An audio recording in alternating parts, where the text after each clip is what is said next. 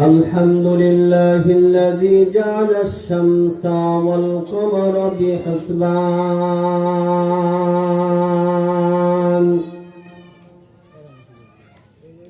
والنجم والشجر يسجدان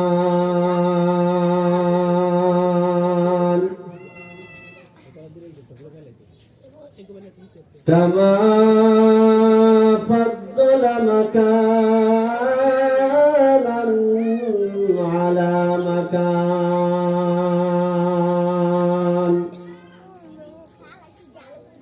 وإنسانا على إنسان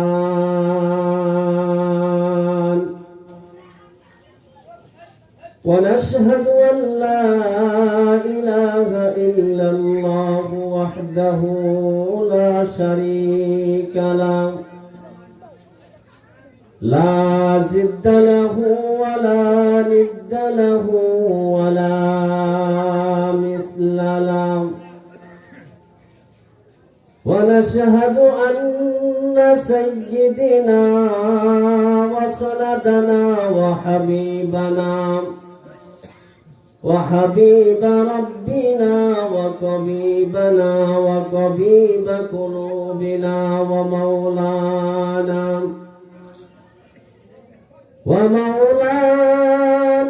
محمدا عبده ورسوله صلى الله عليه وعلى آله وأصحابه وبارك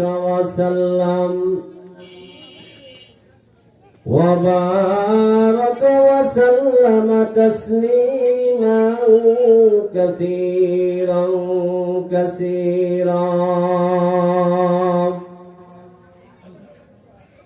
الذي أرسله الله تعالى بالحق بشيرا ونذيرا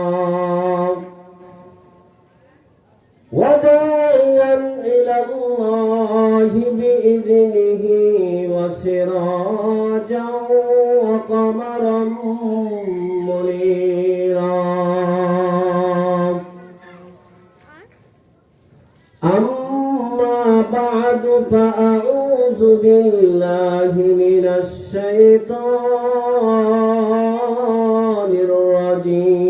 الرجيم بسم الله الرحمن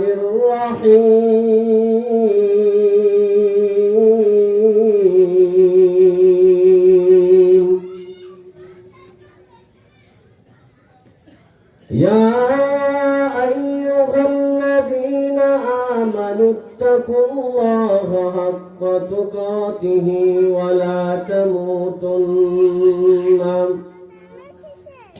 ولا تموتن إلا وأنتم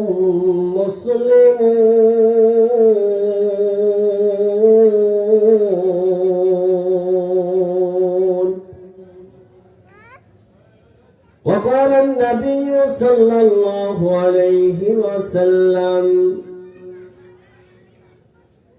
المرء مع من أحب أو كما قال النبي عليه الصلاة والسلام وقال الله تعالى في شأن حبيبه ومحبوبه ومعشوقه مخبرا وآمرا إن الله وملائكته يصلون على النبي يا أيها الذين آمنوا صلوا عليه وسلموا تسليما আমরা সকলেই মহব্বতের সাথে দুরূদ ইব্রাহিম পড়ি। اللهم صل على محمد وعلى آل محمد كما صليت على إبراهيم وعلى آل إبراهيم إنك حميد مجيد اللهم بارك على محمد وعلى آل محمد كما باركت على إبراهيم وعلى آل إبراهيم إنك حميد مجيد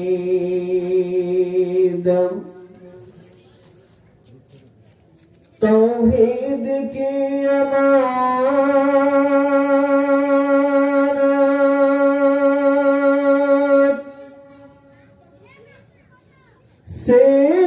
सीनों में है हमारा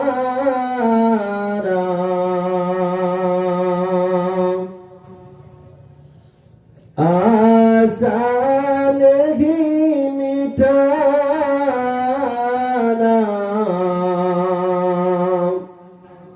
नामो निशा हमारा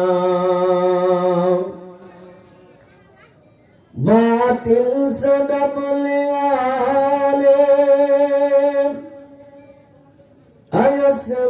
आसमान ही हम सुबार कर चुका है तू इम्तिहा हमारा बलगल उला बिकमालिही कशबद दुजा बिजमालिही हसनत जमीओ के सालिही सल्लो अलैहि بلغ العلا بكماله كشف الدجى بجماله حسنت جميع خصاله صلوا عليه وآله لا إله لا إله إلا الله لا إله إلا الله لا إله إلا الله لا إله إلا الله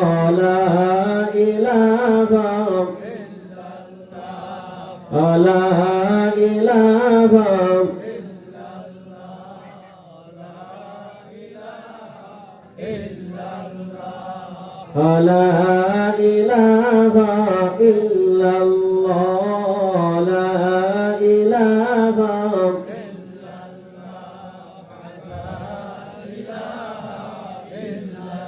नहीं कुनु माबूत अल्लाह सरा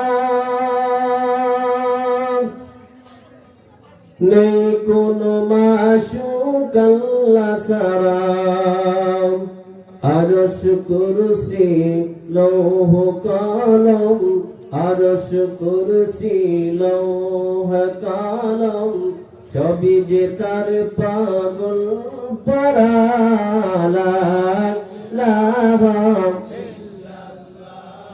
আলা ইলাহা আলা ইলাহা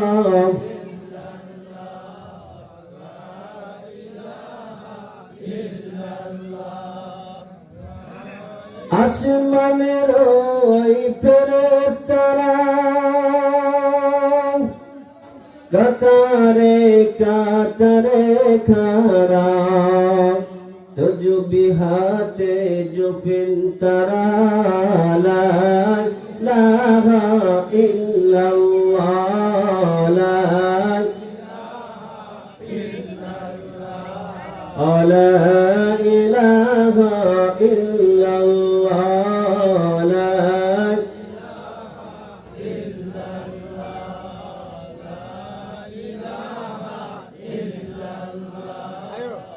كلمة توحيد عرش ليكا كلمة توحيد عرش ليكا কোরআনে আছে প্রমাণ লা ইলাহা ইল্লাল্লাহ লা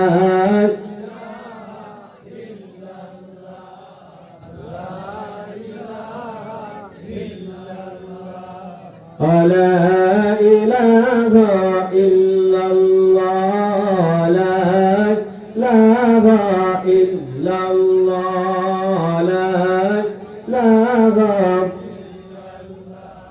لا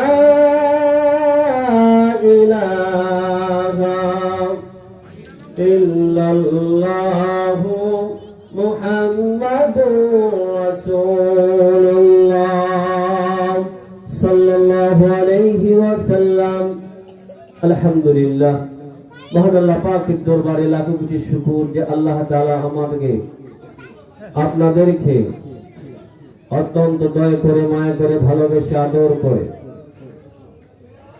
এমন এক মজমা এমন একটা পরিবেশে এমন একটা মাহফিলে কোরআন ও হাদিসের মাহফিলে জান্নাতের বাগানে জান্নাতের সামিয়ানার ভিতরে আল্লাহ পাক কবুল করেছেন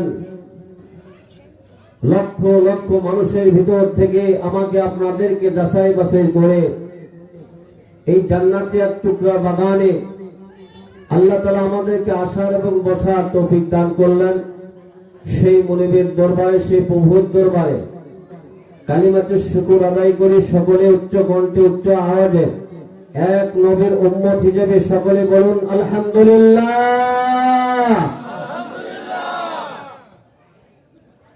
মহান আল্লাহ পাকের দরবারে আরো শুকর আদায় করি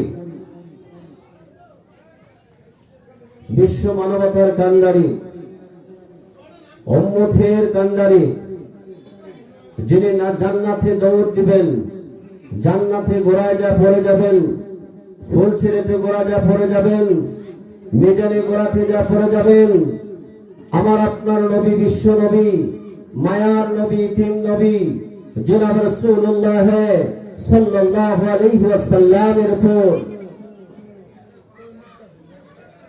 যে আল্লাহ তাআলা নবীকে না বানাইলে আসমান বানাইতো না যে নবীকে সৃষ্টি না করলে জমিন বানাইতো না যে নবীকে সৃষ্টি না করলে জান্নাত তৈরি করতো না যে নবীকে সৃষ্টি করলে জাহান্নাম বানাইতো না যে নবীকে সৃষ্টি করলে লাইলাতুল কদর বানাইতো না যে নবীকে সৃষ্টি না করলে রমজান পেতেন না যে নবীকে সৃষ্টি না করলে আমরা সেই মূল্যবান দিন আমরা পেতাম না যে নবীকে সৃষ্টি না করলে আমরা কোরআন পাইতাম না ঠিক কিনা জোরে বলে সেই নবীর উম্মত আমরা আরেকবার শুকর আদায় করি আলহামদুলিল্লাহ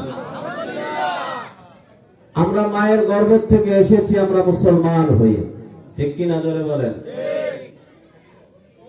আমরা মুসলমান হয়ে জন্ম হয়েছি মুসলমানদের গর্ব মুসলমানদের অলংকার মুসলমানদের গর্দান উঁচু থাকবে জমিনে কারণ আমরা কালেমাওয়ালা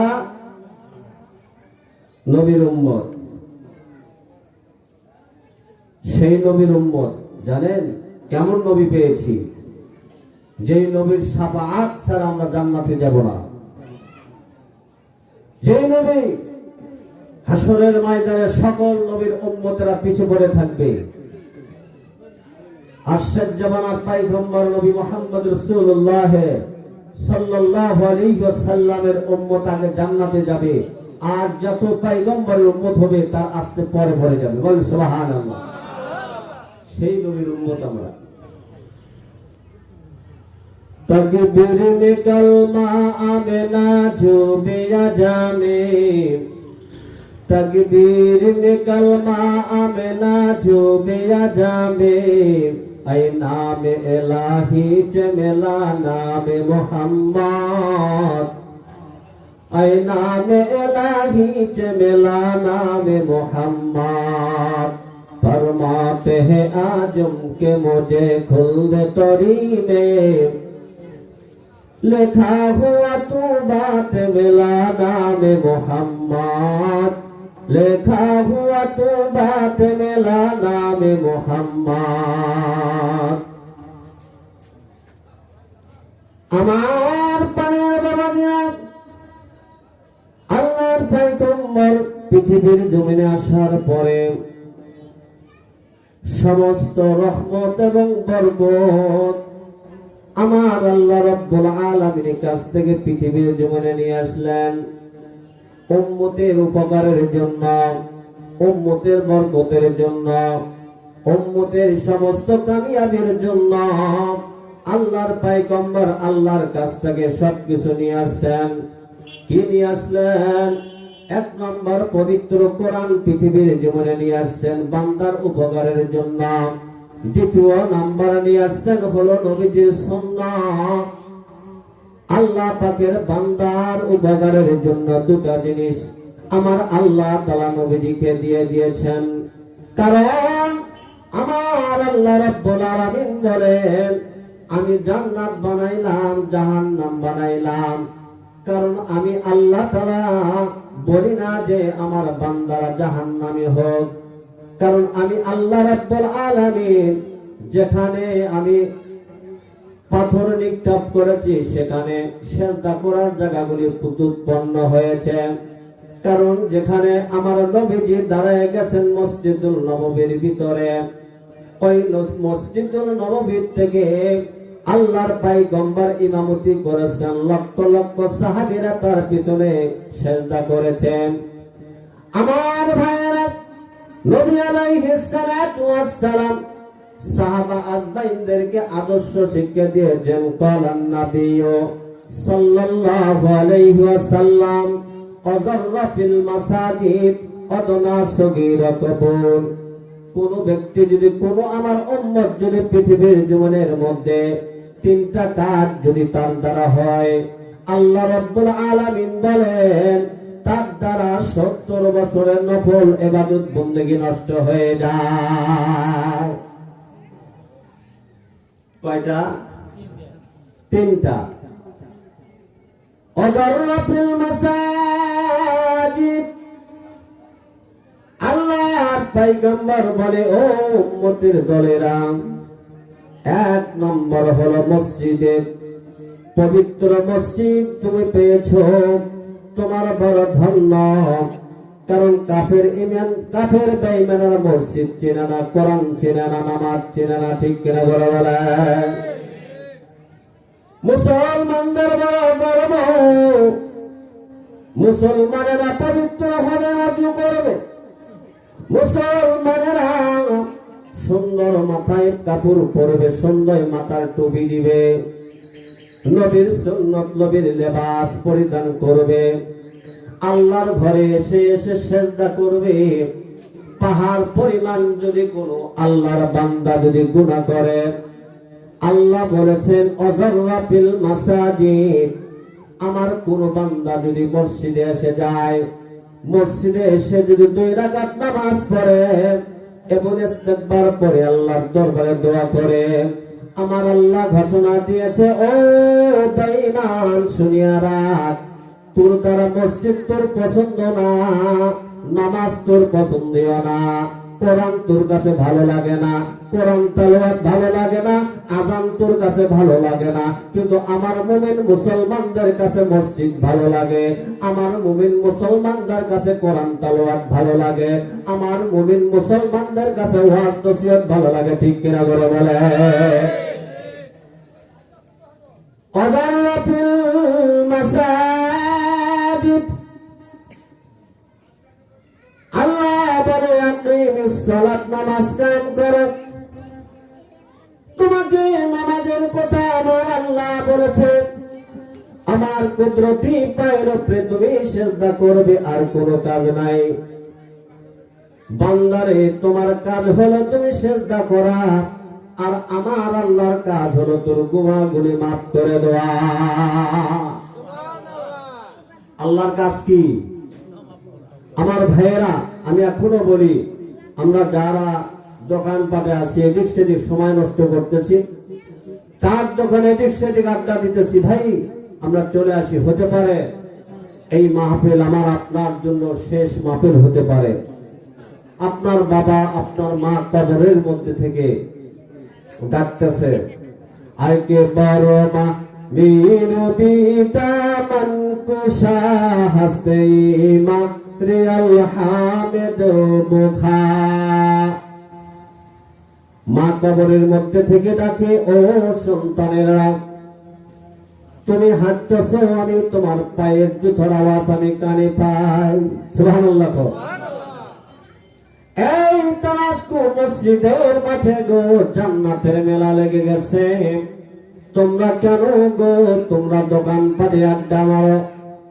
আড্ডা না মারিয়া মাহফিলে চলে যাও, প্যান্ডেলে যাও। আমি মা বাবা কবরের মধ্যে শুয়ে শুয়ে শান্তি পাবো গো সন্তানেরা।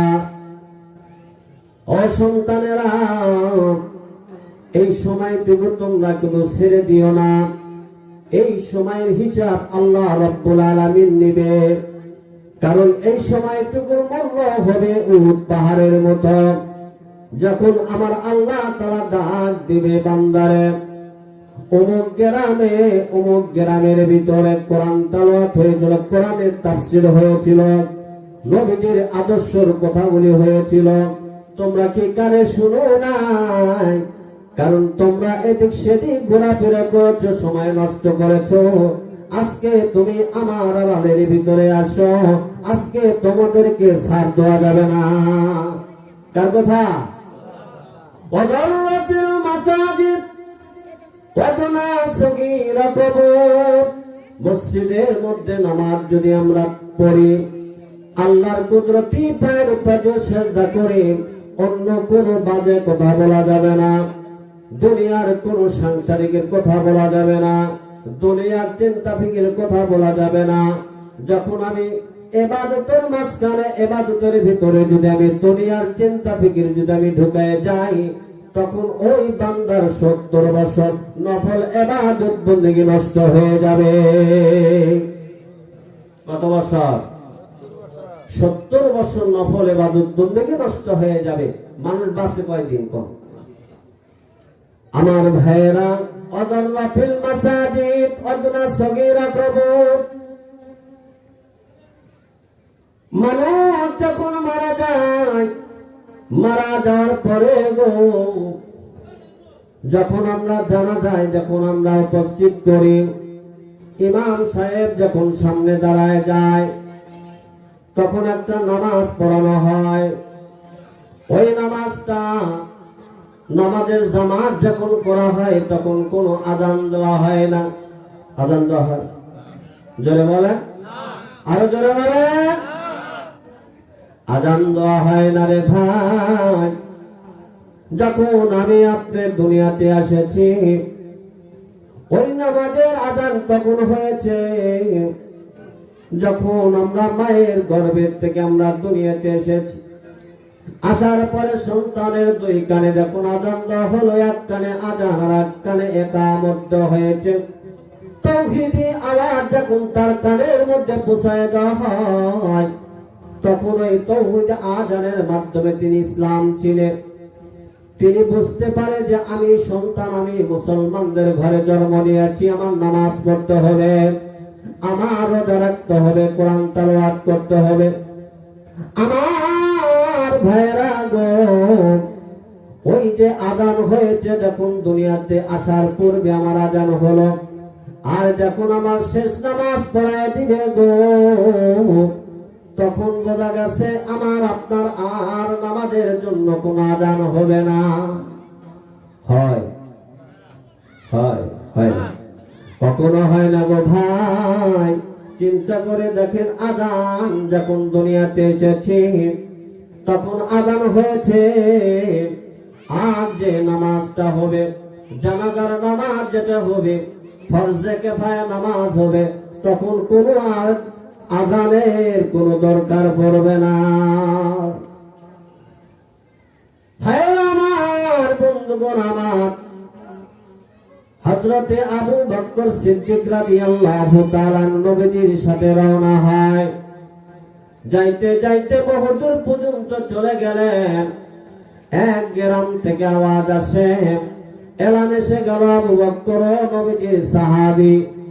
নবীজির সাহাবী গো, এই গ্রামের মধ্যে একজন লোক মারা গেছে, জানাজা দেওয়ার মতো কোন লোক পাওয়া যায় না। নবীজি কি বললেন, নবী, এই গ্রামে লোক মারা গেছে গো নবী, জানাজার নামাজটা পড়াইতে হবে। আল্লাহর পয়গম্বর বললেন, আবু বকর দেরি করো না, লাশকে সামনে নিয়ে যাও, লাশকে সামনে নিয়ে যাও। যখন সামনে নিয়ে যাওয়া হলো, কাতার বন্দি করতে বললেন আবু বকরকে। আল্লাহর পয়গম্বর বলেন, আবু বকর সামনে চলে যাও, এই লাশের জানাজা তুমি আবু বকর পড়বা। আবু বকর সিদ্দিক রাদিয়াল্লাহু তাআলা সকল সাহাবীদেরকে লোকদেরকে বললেন, কাতার বন্দি করে নেন। আল্লাহর পয়গম্বর হুকুম দিয়েছে জানাজার নামাজ পড়ার জন্য। জানাজার নামাজ পড়ানোর জন্য আল্লাহর পয়গম্বর হুকুম দিলেন। প্রথম সাহাবী হযরতে আবু বকর। আবু বকর দাঁড়ায় গেলেন লাশের সিনা বরাবর। যখন দাঁড়ায় গেছেন রে বাবা, ওই লাশটার ভিতর থেকে আমার আল্লাহ রব্বুল আলামিন এমন একজন জাহান্নামী, এমন একজন ফেরেশতা স্বরূপ সাপ হিসেবে দুনিয়াতে পাঠিয়ে দিলেন, যেই সাপটা ওই লোকের খাটের উপরে বসে আছে। লাশটার সামনে যখন হাজির করা হলো, ওই সাপটা কাপড়ের ভিতর থেকে সাপের মুখে ৭০টা হলো তার হলো মুখ বের হয়েছে। আমার আল্লাহ রব্বুল আলামিন সাপের মুখটা ৭০টা বন্ধ করে দিলেন। ওই ৭০টা মুখ দিয়ে ৭০টা শীষে দিয়ে ওই মৃত্যু ব্যক্তিকে ধ্বংসন করা শুরু করলেন। শুরু করতে করতে যখন পালাপালি করেন, আল্লাহর পয়গম্বরকে আবু বকর বললেন, ইয়া রাসূলুল্লাহ, নবী গো, লাশ তো লাফালাফি করে, ব্যাপার কি? আল্লাহর পয়গম্বর বলেন, মাথার বানটা খুলিয়ে দাও রে আবু বকর। মাথার বানটা খুলিয়ে দিলেন। মাঝখানে যে বানটা হয় সেই বানটা খুলে দেওয়া হলো। খুলে দেওয়ার পরে কাপড়টা মেলে যায়। এমন সাপটা তার মাথার মধ্যে, চোখের মধ্যে সীসা ঢুকে রয়েছে, মাথার মগজের মধ্যে সীসা ঢুকাই দিছে, জিহ্বার আগার মধ্যে সীসা ঢুকাই দিছে, দুই কানের মধ্যে সীসা ঢুকাই দিছে।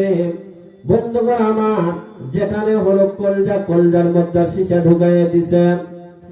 আবু বকর আল্লাহর পয়গম্বরকে বললেন, ইয়া রাসূলুল্লাহ, নবী গো, কি করব? সাপটাকে মারার দরকার। আল্লাহর পয়গম্বর বলেন, ও আবু বকর, লাঠিটা নাও, লাঠিটা নিয়ে সাপটা মারার দরকার, মেরে ফেলো। আবু বকর দৌড় দিয়ে লাঠিটা নিয়ে আসলেন, সাপের কাছে যা দাঁড়ায় গেলেন, সাপটা মারার জন্য প্রস্তুতি নিলেন। এই মুহূর্তে সাপের জবান খুলে যায়, কাদের কুদরত দারি हर से कहाई आकुनी मुर्दा राजा हम तो बख्शे जिंदा बेजा कुनी। আমার ভাইরা গো, ও তালাশপুরের মুসলমান ভাইরা গো, জাহান্নামের সাপে যদি কান্দন যদি এক নজরে যদি দেখতেন গো বাবা, আজকে আপনারা দোকান পাটে বসে থাকতেন না, বাড়িতে ঘোরাফেরা করতেন না। কারণ আমার আল্লাহ কিন্তু অনুভব করার জন্য কোন সেই বাক শক্তি কিন্তু মানুষের ভিতরে দেয় নাই। দুনিয়ার জিন ইনসান মানুষের ভিতরে সেই শক্তি দেয় নাই। কবরের আযাব বোঝার মতো সেই শক্তি দেয় নাই। পৃথিবীর জীবনে মাখলুকের অভাব নাই, সমস্ত মাখলুকের বোঝার সেই বাক শক্তি আমার আল্লাহ তাআলা দিয়েছেন। কেমন ভাবে দিয়েছেন? কবরের পাশে যদি গো কিতাবের মধ্যে লেখছেন নতুন কবর, নতুন লোক মারা গেছে, কবরের মধ্যে রাখা হয়েছে, তার পাশে একটা ঘোড়া এরকম ভাবে বান্ধা ছিল। ঘোড়া এমন ভাবে অস্থিরতা লোপ করেছে, লাফালাফি করে রশিটা টান দিয়ে ছিঁড়িয়ে পুরো গ্রাম দৌড়দৌড়ি করেছে। কারণ বোবাজাত কথা বলতে পারে না গো, দুনিয়ার মানুষকে বোঝার মতো শক্তি দেয়নি, চেনার মতো শক্তি দেয় নাই। দুনিয়ার মানুষকে যদি সেই কবরে আযাব দেখার শক্তি দিত, একজন মানুষও কিন্তু নামাজ ছাড়া থাকতো না, কোরআন পড়া থাকতো না, আজে বাজে কোনো কাজ করতো না। ঠিক কিনা বলে বলেন? এই বাক শক্তি কিন্তু আল্লাহ তাআলা দেয় নাই যে আমার বান্দাদেরকে যদি আমি আমার জাহান্নামের আযাবের সেই বোঝার মতো শক্তি আমি যদি দিই, পৃথিবীর জমিনে একজন মানুষও কোনো খারাপ কাজ করত না। এই জন্য বোঝার শক্তি দেয়নি। অন্য মাখলুক জিন ও ইনসানে বোঝার শক্তি দেয় নাই। আর যত মাখলুক আছে সমস্ত মাখলুকই কবরের আযাব বুঝতে পারে। এই জন্য আল্লাহর পয়গম্বর বলে অদনা সগীর মসজিদের মধ্যে দে বাবা, যদি দুনিয়াবি কথা হয় 70 বছর নফল ইবাদত নষ্ট হয়। আর যদি কোনো লাশের সামনে তুমি দাঁড়ায় থাকো গে বাবা, ওই সময় তোমার মৃত্যুর কথা স্মরণ করতে হবে, মরণের কথা স্মরণ করতে হবে, জাহান্নামের আযাবের কথা স্মরণ করতে হবে, মিজান এবং ফুলসিরাতের কথা স্মরণ করতে হবে, পরকালের হিসাবের কথা স্মরণ করতে হবে। আর ওই স্মরণ না করিয়া যে দুনিয়াবি কথা বলেন গো, তখন আমার আল্লাহ রাব্বুল আলামিন বলেছেন, হাবিব জানায় দেন ওয়াদনা সগীর কবুর, ওই উম্মতের 70 বছর নফল ইবাদত বندگی নষ্ট হয়ে যাবে। ওয়াসাদাল কবিরা, দ্বিতীয় নাম্বার আল্লাহর পয়গম্বর বলেন ওয়াসাদাল কবিরা, তোমার কাছে গো দ্বীনের দাওয়াত তোমার কাছে পৌঁছানো হয়েছে, কোরআন ও হাদিসের আলোচনা বলা হয়েছে, কোরআনের কথা যখন বলা হয়েছে, রাসূলের আদর্শের কথা বলা হয়েছে, আল্লাহর বরত্বর কথা বলা হয়েছে, জান্নাতের কথা বলা হয়েছে, জাহান্নামের কথা বলা হয়েছে, পরকালের কথা বলা হয়েছে, মিজানের কথা বলা হয়েছে, ফুলসিরাতের কথা বলা হয়েছে, হকের কথা বলা হয়েছে, হালালের কথা বলা হয়েছে, হারামের কথা বলা হয়েছে। ও বন্ধুগণ, শুনিয়া রাখেন, এই কথা যদি হালাল হারাম যদি না চিনেন গো, 70 বছর নফল ইবাদত বندگی আমার আপনার নষ্ট হয়ে যাবে। আল্লাহ বোঝার জন্য অনেক কিছু দান করছে, ঠিক কিনা ধরে বলেন? আমরা কিন্তু বুঝেও বুঝি না, ওয়াজ কম হয় না, ওয়াজ মাহফিল হচ্ছে, মসজিদে ওয়াজ হচ্ছে, অনেক কিছু ওয়াজ নসিহত হচ্ছে। আমরা যতক্ষণ পর্যন্ত প্যান্ডেলের ভিতরে থাকবো এতক্ষণ পর্যন্ত তাফসীর হয়, এবং প্যান্ডেলের থেকে বাইরে হয়ে যাওয়ার পরে আবার সাবেগের মতো আগের মতো হয়ে যায়। কারণটা কি? আমাদের ঈমান হলো দুর্বল। কে? ঈমান দুর্বল। আবু বকর সিদ্দিক রাদিয়াল্লাহু তাআলা আনহু বলেন, ইয়া রাসূলুল্লাহ, সাপটা তো মারা দরকার। আল্লাহর পয়গম্বর বলে, আবু বকর মারো। সাপের জবান যখন খুলে যায়, আবু বকর তোমাকে আমি চিনি, তোমার নামও আমি জানি, তোমার 14 গোষ্ঠীর নাম জানি, তোমার বাবার নাম জানি, তোমার মায়ের নাম জানি, তোমার দাদার নাম জানি, তোমার দাদার দাদার নাম জানি, সবকিছু আমি জানি। কিন্তু আবু বকর, তুমি নবীজির যে তুমি নবীজির যে প্রথম সাহাবী আবু বকর, এটাও আমি জানি। নবীজিকে আমিও চিনি এবং 10 জন সাহাবী জান্নাতের সার্টিফিকেট পেয়েছে, এটাও আমি জানি। বলেন সুবহানাল্লাহ। সাপ কি কয়? আবু বকর 14 গোষ্ঠীর নাম জানে, তার বাবার বাবার নাম জানে, তার দাদার দাদার নাম জানে। উনি কি সাপ? কথা বলেন, বলেন। আমার আল্লাহ পাঠিয়ে দিয়েছেন। আমার প্রাণের বাবাজিরা গো, সাপ যখন কথা বলে, ওয়াদনা সগীরা কবুর, আমার আল্লাহর পয়গম্বর বলে আবু বকর মারা যাবে না, কারণ জবান যখন আমার আল্লাহ খুলে দিয়েছে গো।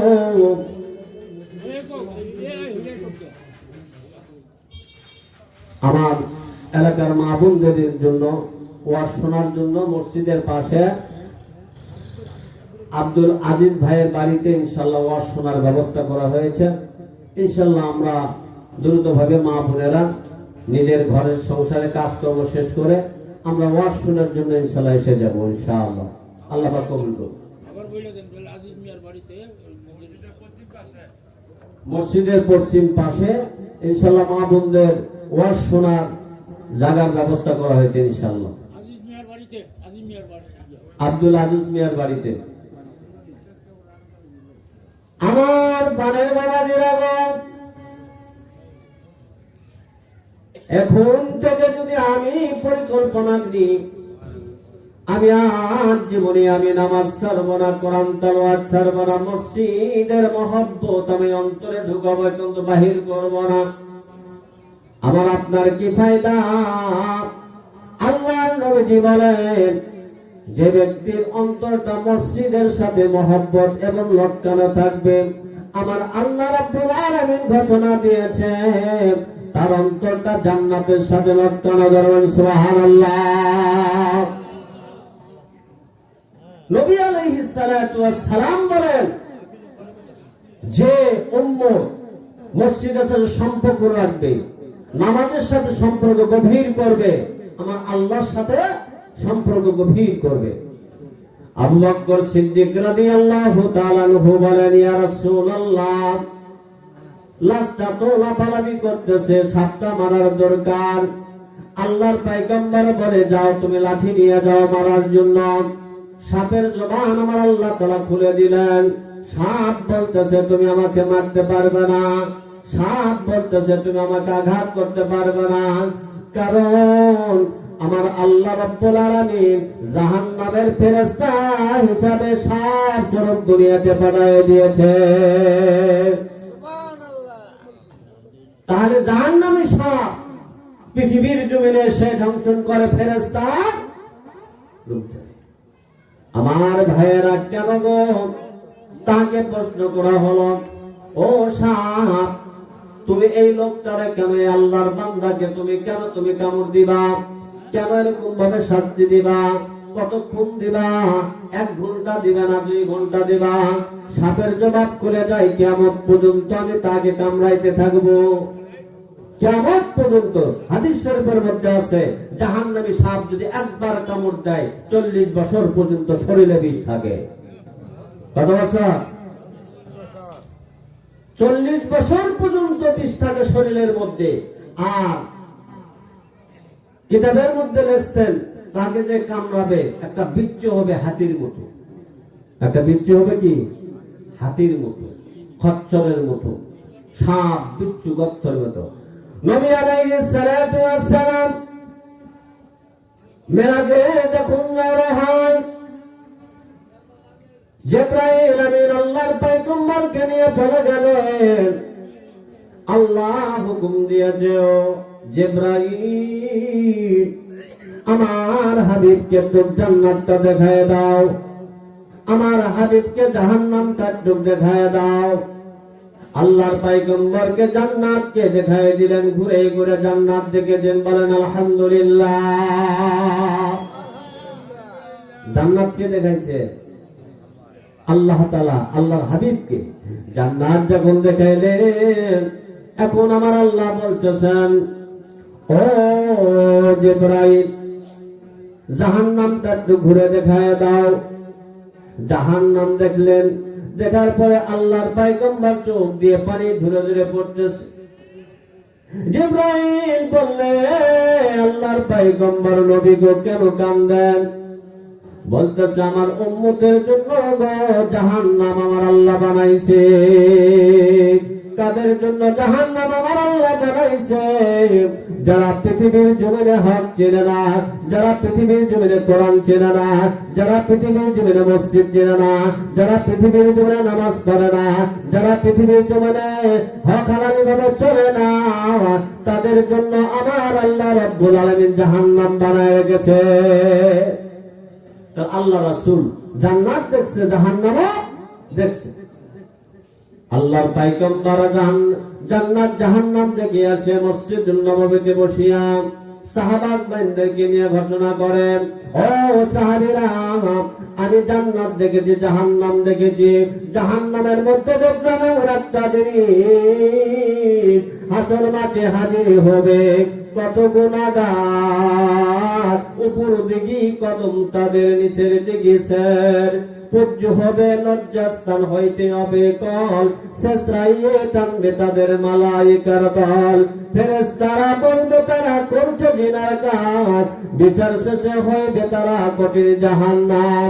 আল্লাহর পয়গম্বর আসিয়া বলে, সাহাবী গো, আমি একটা জাহান্নামের মধ্যে এমন একটা গর্ত দেখেছি, সেই গর্তের ভিতরে নারী পুরুষ এরকম ভাবে গর্ত থেকে আগুন যেরকম ভাবে আগুনের সীসা যতদূর ওঠে আবার উঠিয়া যায়, আবার গর্তের মধ্যে 70,000 গজ নিচে চলে যায় আল্লাহর হুকুমে, আবার 70 গজ মাটি নিচের থেকে আগুনের সীসা দিয়ে উপরে ওঠে, আবার এরকম ভাবে গর্তের ভিতরে চলিয়া যায়।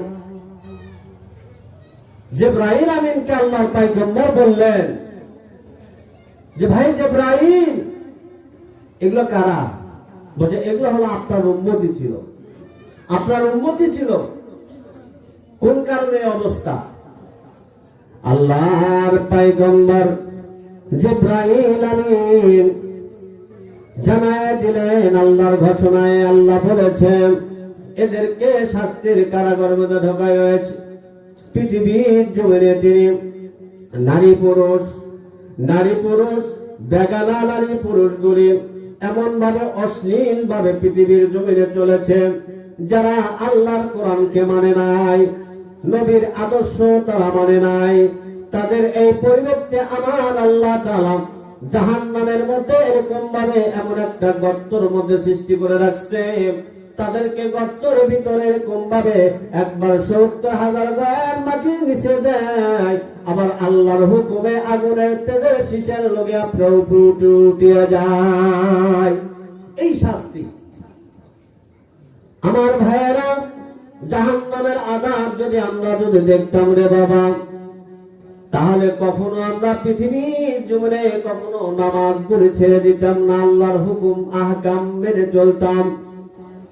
আল্লাহর পয়গম্বর বলে, ক্বালান নাবিয়্যু সাল্লাল্লাহু আলাইহি ওয়াসাল্লাম, রাওযাতুম মিন রিয়াদিল জান্নাহ, হুফরাতুম মিন হুফরানিন নার, আও কামা ক্বালান নাবিয়্যু আলাইহিস সালাতু ওয়াস সালাম। কারোর জন্য কবরটা হবে জাহান্নামের একটা গর্ত, আর কারোর জন্য হবে জান্নাতের একটা বাগান। রাসূল সাল্লাল্লাহু আলাইহি ওয়াসাল্লামের কাছে মসজিদুল নববীতে ফজর নামাজের পরে একজন সাহাবী এসে বলতেছেন, ইয়া রাসূলুল্লাহ, নবী গো, আজকে আমি রাত্রে স্বপ্ন দেখলাম। কি স্বপ্ন দেখেছো? স্বপ্নে দেখি একটা বাঘকে আমাকে দৌড়াদৌড়ি করতেছে। সুবহানাল্লাহ। আরো জোরে বলেন সুবহানাল্লাহ। নবীজি কি বলেন? নবী, স্বপ্নে দেখলাম একটা বাঘকে দৌড়াদৌড়ি করতেছে, আমি দৌড়তে চলে গেলাম, বাঘের সাথে আমি কুলাইতে পারি না, আস্তে করে নিয়ে যায়। আমি দেখলাম যে বাঘ আমাকে দৌড়তে ধরবে, সামনে দেখলাম কুচরিওয়ালা একটা পুষ্টি দেখা যায়, ওই কুচরিওয়ালা পুষ্টির মধ্যে আমি ঝাঁপ মেরে পড়লাম। পড়ার পরে পানির মধ্যে আমি ডুব দিয়া, মাথাটা পানির মধ্যে, সমস্ত দেহটা হলো পানির মধ্যে। আর আমার মাথাটা কচুরির ভিতরে খুব নাকটা বাহির করে দিয়ে রাখলাম। বাঘটা এসে হু হু করে ডাক দিতেছে, এরকম ভাবে আমাকে খুঁজে পায় না। বাঘটা আবার দৌড়ে চলে যায়। আস্তে করে সেই লোকটা পানির ভিতর থেকে উঠে যায়। উঠিয়া দেখে বাঘ কোথায় আছে। দৌড়তে চলে গেলে এখন দেখা যায় বাঘটা দেখা যায় না। আস্তে করে রাস্তার উপরে উঠিয়া দৌড় দিয়ে যায়, দেখে বিশাল বড় একটা জঙ্গল দেখা যায়। ওই জঙ্গলের উপরে দেখা যায় গাছ, গাছের উপরে লাফ মেরে আস্তে করে উঠিয়ে গেলেন। উঠিয়ে যাওয়ার পরে রে বাবা, ওই গাছের উপরে বসে বসে আল্লাহর নাম নিতেছেন। এই দিক দিয়ে কিছু দেখা যায়, গাছের গোড়ার মধ্যে এমন একটা গর্ত হয়ে গেল, যে গর্তটা আগুন ভরা এবং সাপ বিচ্ছু ভরা। এই যে বরাবর তিনি গাছের উপরে বসে আছেন, ওই বরাবর আমার আল্লাহ তাআলা গাছের গোড়ার মধ্যে বিশাল বড় একটা গর্ত করলেন। ওই গর্তের মধ্যে সাপ বিচ্ছু ভরা, জাহান্নামের আগুনে ভরা। এই মুহূর্তে দেখা যায় সাহাবী বলেন, ইয়া রাসূলুল্লাহ, গর্ত তো দেখলাম, আমার দেহটা শুকিয়ে গেল, কলজা শুকিয়ে গেছে। তারপরে দেখলাম একটা সাদা ইঁদুর, তারপরে দেখতে পেলাম একটা কালা ইঁদুর। দেখা যায় কালা ইঁদুরটা আছে গাছের গোড়াগুলি এরকম ভাবে কাটিয়ে যায়, কাটিয়ে দিতেছে, গাছটা হেলে হেলে পড়তেছে। আমার কলজার মধ্যে পানি নাই। যদি এখন এই কালো ইঁদুরটা যদি আমার গাছের গোড়াটা কেটে দেয়, কেটে দেওয়ার সাথে সাথে আমি জাহান্নামের মধ্যে পড়ে যাব। এখানে তো আমার কেউ নাই, মাও নাই, বাবা নাই, ছেলে নাই, সন্তান নাই, বন্ধু নাই, বান্ধব নাই। যদি আমি পড়ে যাই, আমাকে কে উদ্ধার করবে, কে গাছটার থেকে উঠাবে? ও আমার পানের বাবাজিরা, সাদা ইঁদুরটা এরকম ভাবে দৌড় দিয়ে কালাইদের কাছে যায়, বলে যখন এরকম ভাবে নিষেধ করে, কেটো না, কেটো না। এখন কালা ইঁদুর বলতেছে, না না, আমি ছাড়বো না, আমি গাছের গোড়া থেকে কেটে দিব। এরকম অবস্থায় না হঠাৎ করে আমি হঠাৎ পেয়ে গেলাম। আল্লাহর নবী গো, এই অবস্থায় আমি দেখতে পেলাম। তখন বলতেছে, সাহাবী শোনা কোনালা, আমার জবান থেকে নসিহত শুনো। সাহাবী, মরণের কথা স্মরণ করো, মৃত্যুর কথা স্মরণ করো। একদিন এই পৃথিবী থাকবে না, একদিন এই পৃথিবী ধ্বংস হয়ে যাবে, তুমিও একদিন থাকবে না। তোমাকে তোমার জন্য মসজিদের খাট আনার জন্য 4 জন লোক চলে যাবে, তোমার জন্য এই সাদা মার্কিন কাপড় আনার জন্য চলে যাবে, তোমার জন্য বাঁশমূলক বাঁশগুলি কাটার জন্য চলে যাবে, তোমার জন্য কিছু লোক কবর খোঁড়ার জন্য চলে যাবে। ও সাহাবী, শুনে রাখো, তুমি যে স্বপ্ন দেখেছো তোমাকে দৌড়দৌড়ি করতেছে বাঘ, ইনি তো বাঘ না রে সাহাবী, ইনি তো বাঘ না। আল্লাযী খালাকাল মাউতা ওয়াল হায়াতা লিয়াবলুয়াকুম আইয়ুকুম আহসানু আমালা। ইনি হলো আল্লাহর পাঠানো সেই আজরাইল, মালাকুল মউত। সেই মালাকুল মউত তোমাকে দৌড়াদৌড়ি করেছে হায়াতের ভিতরে। তুমি যতদিন আছো, তোমাকে একটা পরিকল্পনা জিনিসকে তোমাকে স্বপ্নের মাধ্যমে সতর্ক করে দিয়েছে। তুমি যে দুনিয়ার মধ্যে যতদিন তুমি হায়াতে বাঁচবা, তোমাকে আগে স্বপ্নে যুগে দেখাই দিয়েছে। তুমি যদি খারাপ পথে থাকো, খারাপ পথ ছেড়ে দাও। তুমি যদি নামাজ না পড়ে থাকো, নামাজ পড়া শুরু করে দাও। তুমি যদি কোরআন না পড়ে থাকো, কোরআন পড়া শুরু করে দাও। তোমার যদি মহব্বত মসজিদের সাথে না থাকে, মসজিদের সাথে মহব্বত জড়ায় দাও। তুমি দিনের সাথে মহব্বত জড়ায় দাও, কোরআনের সাথে মহব্বত জড়ায় দাও, আল্লাহর মহব্বত তোমার দিলের মধ্যে পয়দা করে দাও। আমার নবীজি ঘোষণা দিয়েছে, তুমি যদি আল্লাহর সাথে সম্পর্ক গভীর করো, আল্লাহর সাথে যদি সম্পর্ক গভীর করো, হে সাহাবী, মনে রাখবা আল্লাহ তাআলা ওয়াদা করেছে, আমার সাথে যারা সম্পর্ক গভীর করবে তার জন্যই আমি জান্নাত, আমি রেডি করে রেখে দিয়েছি। তাহলে আল্লাহর সাথে মহব্বত রাখার দরকার আছে না নাই? আমার পানের বাবা জিরা, কারণ তোর কাছে গোনা কেটে দিবে। নবী আমার বলতেছেন দুটা ইন্দুর, দুটা ইন্দুর মধ্যে সাদা ইন্দুর হলো আমল রে বাবা, আর হলো কালো ইন্দুরটা হলো বদ আমল। বুঝতে পারছেন? কালো ইন্দুর হলো বদ আমল, আর সাদা ইন্দুরটা হলো আমল। সাদা ইন্দুর হলো দুর্বল, কালো ইন্দুর হলো সবল। কারণ শক্তিশালী হয়েছে দুনিয়ার মধ্যে, কালো ইন্দুরটাকে আমরা শক্তিশালী করে ফেলেছি। আখিরাতের কাজ আমরা কখনো করতে চাই নাই। নামাজে আযান হয়েছে রে বাবা, এই নামাজটা না পড়ে আমরা দুনিয়াকে মহব্বত করে রেখে দিয়েছি। শক্তিশালী হয়েছে বদ আমল, এমন শক্তিশালী হয়েছে তার কাছে যদি আরো 20-50টা যদি আসে তাকে দোমরায় ভালাই দিব, এমন করে ফেলেছি।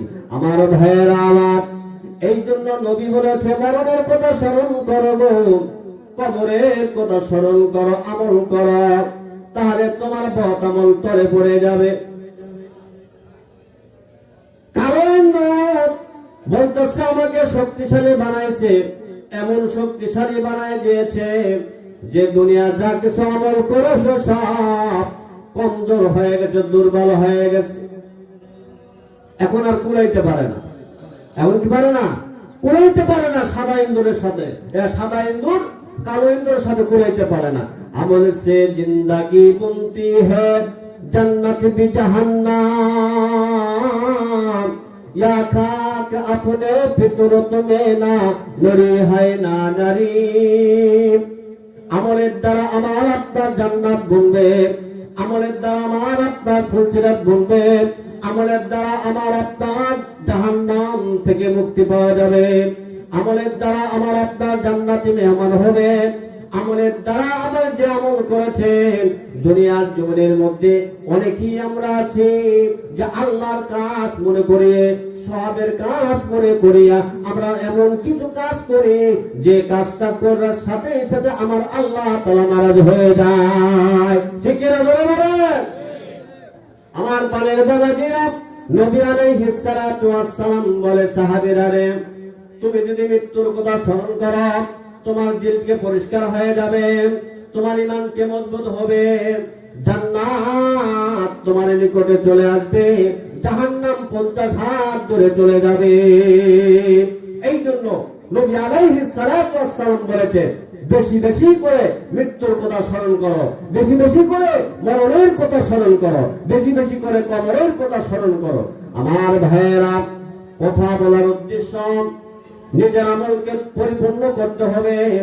আজরাইল আলাইহিস সালাতু ওয়াস সালাম রূহ কবজ করবার যায় নূর পাহাড়ের উপরে, পাহাড়ের উপরে যায় যে একটা ব্যক্তি কাঠ কাটে, কি কাটে? গাছ কাটে। এ ভাই বসেন বসেন বসেন, কই যান? টাইম দেওয়া হবে। আমার ভাইয়েরা, আজরাইল আলাইহিস সালাতু ওয়াস সালামকে আমার আল্লাহ পাঠিয়ে দিলেন, আজরাইল পাহাড়ের উপরে চলে যাও, দেখো এমন একটা বৃদ্ধ লোক 90 বছর বয়স হয়ে গেছে, এখনো পর্যন্ত তিনি কাঠ কাটে। তার কাছে যাও, যায় তার রূহটা তুমি কবজ করে নিয়ে আসো। আজরাইল আলাইহিস সালাতু ওয়াস সালাম যা দেখে পাহাড়ের উপরে চামড়াগুলো উঠে গেছে, সিরা একটা গামছা কাঁধের উপরে নিছে, সিরা একটা টুপি সাধারণ ভেসে, এই গামছাটাই কাঁধের উপরে রাখে গাছের কাঠ কাটে। কাটতে কাটতে যায় আজরাইল যা বলতেছে, আসসালামু আলাইকুম ওয়া রাহমাতুল্লাহ। কই কি আপনি কোথায় থেকে আসছেন? সুবহানাল্লাহ বলতেন না? সুবহানাল্লাহ। আপনি কোথায় থেকে আসছেন? আপনি কে? আপনি আমাকে চিনেন না? কোথায় আমি চিনবো কিভাবে? বলতেছে যে আপনি মরণের কি করছেন? কবরের কি করছেন? বলছে আমি 20 বছর আগে আমি তৈরি করে রাখছি। বলেন সুবহানাল্লাহ। কত বছর আগে? 20 বছর আগের থেকে প্রস্তুতি কবরে যাওয়ার জন্য। বলতেছে আপনি তো আচ্ছা 20 বছর আগে তৈরি হয়ে গেছেন? বলছে হ। তা আপনি কাঠ কাটেন কেন? কাঠ কাটি আমার জীবিকা পালন করার জন্য। আমি হারাম খাই না, আমি হারাম খাই না, হারামকে প্রশ্রয় দিই না। আমি কাঠ কাটি, নিজের শরীরের চামড়া পড়ে গেছে, আমি কাঠ কাটি বেশি, হালাল টাকা উপার্জন করে খাই। কয় আপনি আমরা চিনেন নাই? বলছে না। আমি হলো মালাকুল মউত আজরাইল। কি জন্য আসছো? বলছে আল্লাহ তাআলা পাঠাই দিয়েছে আপনার রূহকে কবজ করার জন্য। সুবহানাল্লাহ।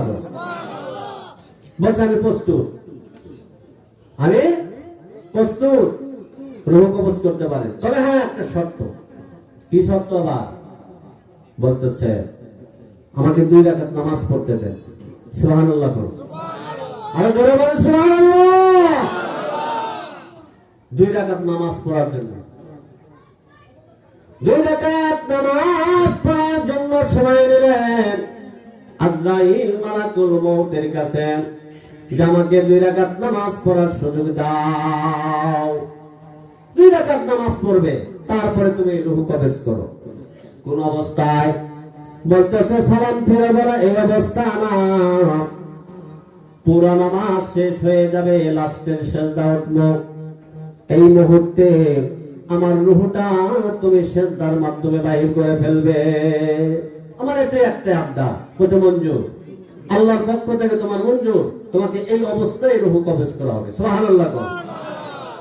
আপনারা কি চান না সিজদার মধ্যে মালাকুল মউত রূহ বাহির করো? চান? এটা হাত তুলে দেখেন। সবাই আমিন। আল্লাহ তাআলা কবুল করুন। নামাজ পড়তে হবে, ঠিক আছে? আমার ভাইরা, আল্লাহর বান্দা মালাকুল মউতকে বললেন আমি এখন প্রস্তুতি সিজদা দিব, 2 রাকাত আমার নামাজ শেষ, আমি এখন লাস্টের সিজদাতে উঠবো। এই মুহূর্তে আজরাইল মালাকুল মউত তুমি আমার রূহটা বাইর করবা, তবে কিভাবে বাইর করবা জানি না। বক্কারের রূহটা তো বহুত কষ্ট করে, আল্লাহর পয়গম্বর নবীজি বলেন যারা বক্কার তাদের রূহ বাইর করা হবে যেরকম একটা ছাগল, ওই ছাগলটা জিন্দা ছাগল যেরকম চামড়া খসালে যে কষ্ট হয়, জিন্দা ছাগল যখন চামড়াটা খসাইতে যে কষ্ট হয়, তার চেয়ে বেশি কষ্ট দিয়ে একজন বেঈমানের রূহটা বাইর করা হবে। রূহটা আসতে চাইবে না, রূহটা আসতে চায় না। আমার আল্লাহ রাব্বুল আলামিন বলে হে আজরাইল, জাহান্নাম থেকে একটা কাঁটা যুক্ত একটা লাঠি নিয়ে আয়। কাঁটা যুক্ত একটা লাঠি নিয়ে এসে তার পেটের মধ্যে ঢোকায় দে, রূহটা টান দে বাহির করে নিয়ে আয়। এরকম ভাবে কষ্ট দিয়ে তাকে রূহটা বাইর করা হবে। আমার ভাইয়েরা, আল্লাহর পয়গম্বর বলেন একজন মুমিন ব্যক্তি রূহটা বাইর করবে কেমন? আল্লাহর পয়গম্বর বলেন যেরকম খামারিয়ার আটার খামার, কি বলেন খামিরানে বলেন, আটার যে ইয়ে করে, এটার ভিতরে যদি একটা চুল থাকে, এই চুলটা বাহির করতে বেশ সময় লাগবে। বুঝেন নাই কথা? এই আটার মধ্যে থেকে চুলটা যখন বাহির করতে সময় লাগে না, কষ্ট হয় না, মেহনত লাগে না। একজন মুমিনের রূহটা বাহির করতে এরকম ভাবে আস্তে আস্তে করে বের করবে যেন কোনো কষ্ট না হয়। নবী আলাইহিস সালাতু ওয়াস সালাম বলেন, নবী আলাইহিস সালাতু ওয়াস সালাম বলেন ওই লোকটার রূহটা এরকম ভাবে কবজ করো। নবী আলাইহিস সালাতু ওয়াস সালাম মায়ের সন্তান যখন দুধ খেতে খেতে যখন সন্তান ঘুমিয়ে যায়, তখন এরকম ভাবে একজন মুমিনের রূহটা কবজ করে রে বাবা, এরকম ভাবে রূহটা কবজ করবে রে পানের বাবাজিরা। ও তালাশ করে মুসলমান ভাইরা রে, এখনো আমি আপনাদের পায়ের উপরে হাত রেখে আমি বলে যাই রে বাবা, আপনি চিন্তা করছেন আপনার বাবা নাই, অন্ধকার কবরে শুয়ে আছে, মা অন্ধকার কবরে শুয়ে আছে রে বাবা। পানের বাবা জিরা এখনো কবরের মধ্যে হাত রে, এখনো আমি আপনার পায়ের উপরে হাত রেখে বলি, যারা এখনো দোকান পাটে আছেন রে বাবা, মেহেরবানি করে আমরা মাহফিলে চলে আসি। আমাদের এখন কিছুক্ষণের মধ্যে এশার নামাজের আযান হবে, আযানের পরে জামাত হয়ে যাবে। জামাতের পরে যে সমস্ত দাওয়াতি মেহমানদেরকে আমরা দাওয়াত করেছি আসবে রে বাবা, এখনো আপনাদেরকে বলে দিই চলে আসি। আখিরে মোনাজাত পর্যন্ত আমরা এই প্যান্ডেলে বসে থাকবো, সবাই আমরা চলে আসি ভাইয়েরা আমার। যারা এখনো আমরা এদিক সেদিক ঘোরাফেরা করছি আমরা সকলেই চলে আসি ইনশাআল্লাহ। যাদের জরুরত সারার দরকার আমরা জরুরত সাথে চলে যাবো ইনশাআল্লাহ। মাশাআল্লাহ, জাযাকাল্লাহ। খুব গুরুত্বপূর্ণ তাফসীর পেশ করেছেন আমাদের সুনামধন্য ইমাম ও খতিব হযরত মাওলানা সাইদুর রহমান সিদ্দিক।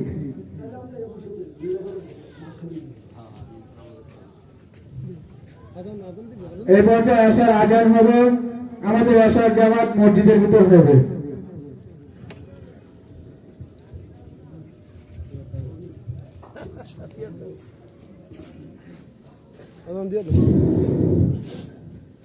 Allah